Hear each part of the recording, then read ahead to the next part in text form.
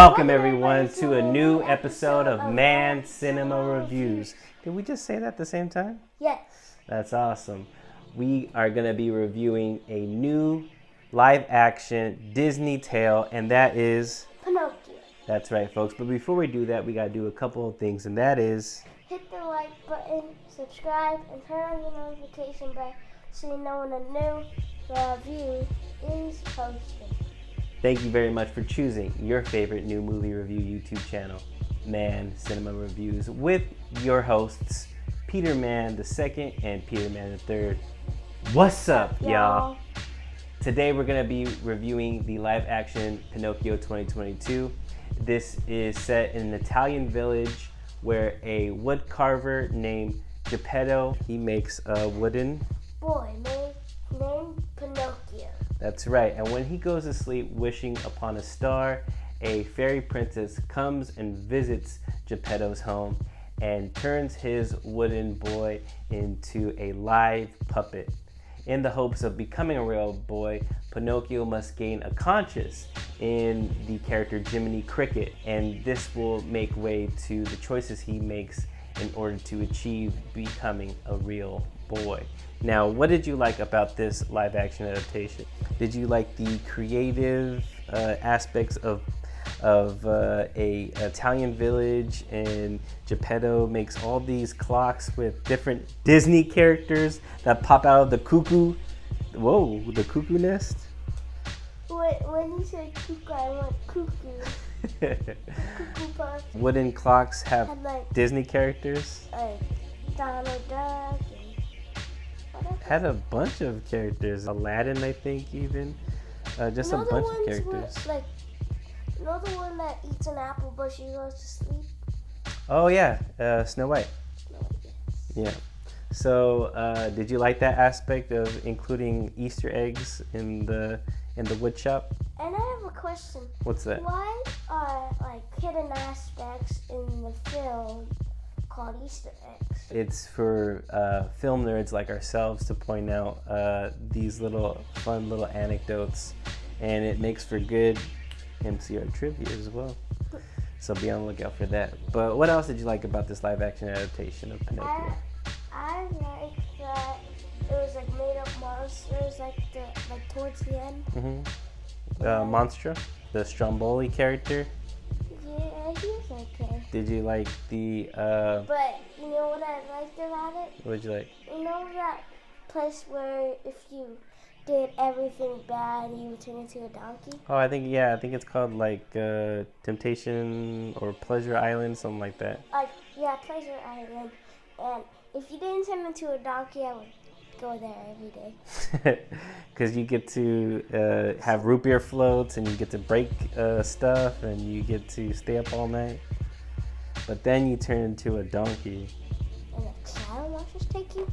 I guess in this live action adaptation it does. Only thing I dislike is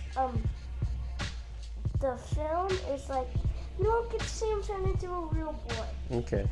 You just see him as the end as it was just a whole story. Some people will argue with you. In fact, if you look at it as he's progressively walking with Geppetto down that little cave area, you see him turn into a real boy.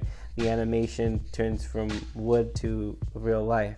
But that I gotta watch it again. You got I didn't notice it, but a lot of people say that he becomes a real boy when has that freeze frame at the end. It looks like a storybook that you're reading Pinocchio, and then it just ends abruptly like that.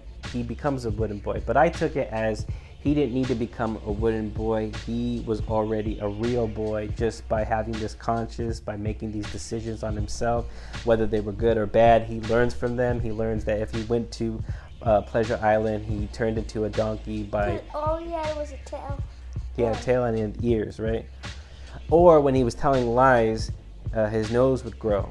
But even when his nose grew in this one, it got him to the point where Jiminy was able to reach the key in order to have him escape from Stromboli, right? Yes, he's So even Jiminy wants him to lie in order to get to the key, and then have him tell the truth to make him come back in order to unlock the cage, right? I think that the story is a morale story. You're supposed to learn that you're not supposed to tell lies. You're supposed to make good decisions rather than bad decisions in order to escape any folly or anything that might get you in trouble. And I think Pinocchio learns that in both the animated classic and in this one as well. He doesn't really grow his nose that much. Only in that one scene when he's trapped with Stromboli in the cage.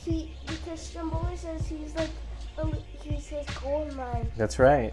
And he is, because he's working for him and he's the one that's drawing the crowds. But the fox says he's going to get paid, but he's really not getting paid. Right. And we actually have a fox playing that character. Keegan-Michael Key plays, I forget who that Sly Fox is, but he's the one that has him skip school. And in fact, in this one, in the cartoon, he skips schools entirely, but in the live-action version, he actually makes it to school. But what happens when he goes to school? He gets kicked out because he's a wooden boy, not a real boy.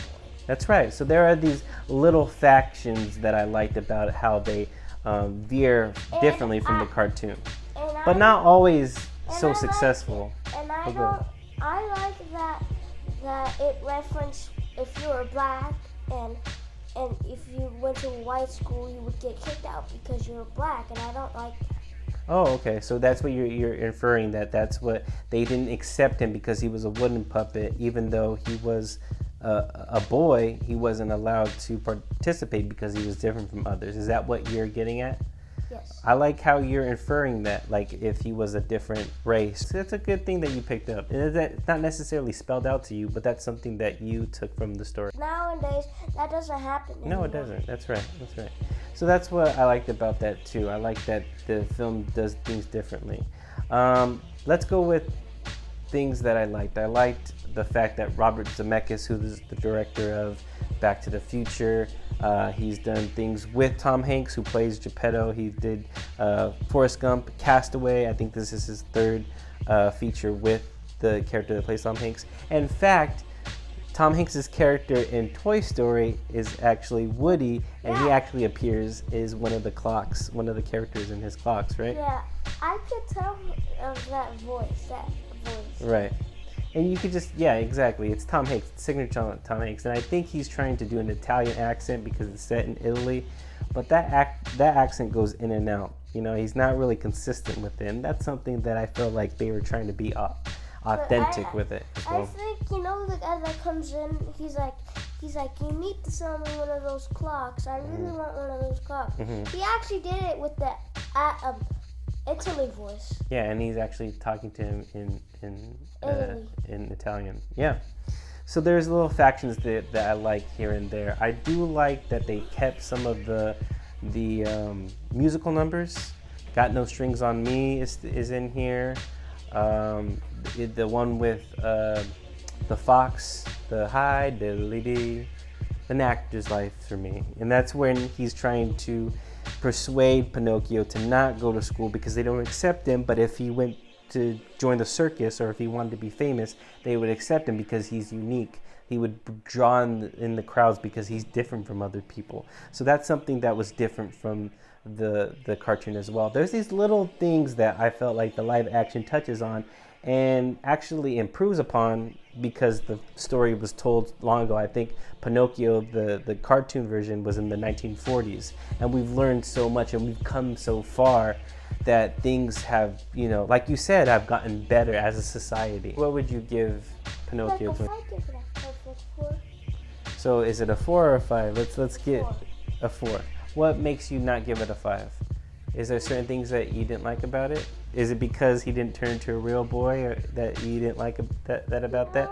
Because in the cartoon, he does. It's a good ending when he becomes a real boy because Geppetto, you are a real boy, and he picks him up as a young boy, and you get that kind of satisfaction of Pinocchio turning in from a wooden puppet to a real boy. I think we get cheated out a little bit in this one for not seeing that, right? But I think he actually turned into a real boy because wood doesn't cry, it doesn't drop tears, because you see him drop a tear. That's an indication that he is becoming a real boy, and I think we don't see it. I don't know why we don't see it, but maybe they're gonna make a part 2 where you see it. I don't think so, because this movie is getting terrible reception. A lot of people are not liking it at all whatsoever. I will give the benefit of the doubt, and I'm going to play a little bit of devil's advocate. And a lot of you people think that I'm mostly favorable in my reviews, which I have kind of disdain for. I do make harsh calls on a lot of films, right? Even when there are films that you like, and then I give it like a 1.5 or a 2, you're like, what? And I tell you to pack your bags. Pack your bags. I'm going to tell you that I think I like this film more than most critics and audience out there. And you're not going to have me pack my bags, because I'm actually going to give this film a 3 out of 5. And I think that am I in good standings? I think I took away from it as it being Disney-fied all the way, to the fact What that did you rate it sells a 3 out of 5, which is pretty good. I mean, it's average. But a lot of people are giving it like 0 stars, 1 star, 1.5. If you do that, I hate you. But I want to give this film a little bit more credit, I'm just because kidding. I think I get caught up in the whimsical nature of this film, where I didn't get that from Mulan at all. I thought Mulan was just straightforward, but it was doing things that was too, serious, and it veers so much away from the actual Mulan movie. The fact that we don't get a talking Mushu, we don't get a talking dragon. I think you need that whimsy, and we actually get Jiminy Cricket, who's voiced by Joseph Gordon-Levitt. And in fact, I think Joseph Gordon-Levitt was a great Jiminy Cricket. I think it's the best thing about this movie is Jiminy Cricket, because he gets so caught up in that voice. It's a signature voice, and he's the one that is so committed to the role. I like the intro of him being when he's being misconscious, he has his nice clothes and right. I mean, he comes from rags to riches. He's granted, these character aspects of getting, great clothes. Like a suit and good top hat. These live action films just want to stick to what works. And I think that Pinocchio is just a mixture of what doesn't work and what works. Because I don't think that this film is perfect either. I do think that it gets sloppy. I do think that the CGI is a little bit wonky, especially when I told you at the end with them being caught by Monstro inside the whale. There was something happening with Geppetto where he moves away really, really wonky, and I pointed it out. I did it maybe 2 or 3 times, and I could tell that this thing was a little bit rushed as far as the visual effects are concerned. But a lot of it's like, I'm writing sentence and I'm writing too fast. That's what you're talking about? I just think that the visual department kind of was laxed, where it doesn't look as good as it should. So I think that a lot of it has to do with it being lazy to just kind of wrap up the story in such a fast way, because we get like this little abrupt ending where you thought it was really good, but then he doesn't become a real boy and you wanted to see that, right? And you're like, well, I think I'm gonna give it like, I think you said a 5-star, but then I'm gonna give it a 4-star because he doesn't become a real boy. Well, I docked 2 stars because I just think that it gets lazy. But I think that the whimsy is still there. The first star you take away is because the CGI is a little wonky? The CGI is wonky. I think that it gets lazy and that the characters are not elevating the story the way it should. Disney wasn't confident enough for this film to go to theaters, because even though Robert Zemeckis does like this very whimsical, very visually, aesthetically, appealing movie, it's kind of lazy, and it just kind of fits like, oh, we're just gonna throw it on the Disney Plus. And that's where it should be, and that's why I gave it an average rating. But I liked it more than most. So there you have it. This is our review for Pinocchio 2022. Let us know down in the comments if you hate this film or do you love this film. Let us know what you thought, right? And if there's a new movie that you want us to review, just leave it down in the comments if you want to see us do a review, and we might do some. Right? Nice. Yeah, that's true. Thank you very much for choosing Madison Reviews, and we'll see you on the next one. Bye.